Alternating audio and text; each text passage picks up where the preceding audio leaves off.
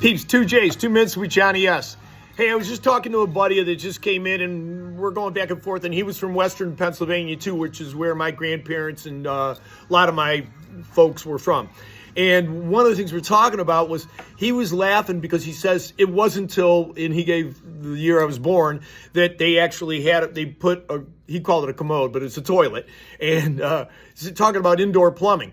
And one of the things that it kind of segued into was, as we were saying, that showers really were just a public feature and a military feature through the 1800s, 1900s, and then they had public wash houses like in New York. As we'd get immigrants and everybody in, just put them in a wash house.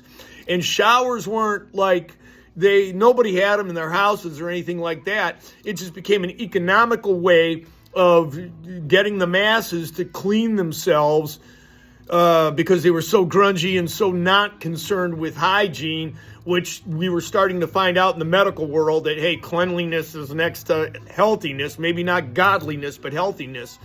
And then I'm reminded that when I had two aunts that came over from Western Pennsylvania to see us in the real, late 60s to where we were living in Northfield, Ohio. And I had to laugh because I remember distinctly they were staying at a Holiday Inn and they were excited. And it was only a 3.5 hour trip, but they were going to stop and stay in a Holiday Inn. And the theory behind it was, we're going to take a shower for as long as we can. And their house that they came from, they had it didn't have, in the beginning, it clearly didn't have any water in it, hot water. They bathed. They would bathe, and that was the end of it. But to take a hot shower was considered such a freaking luxury.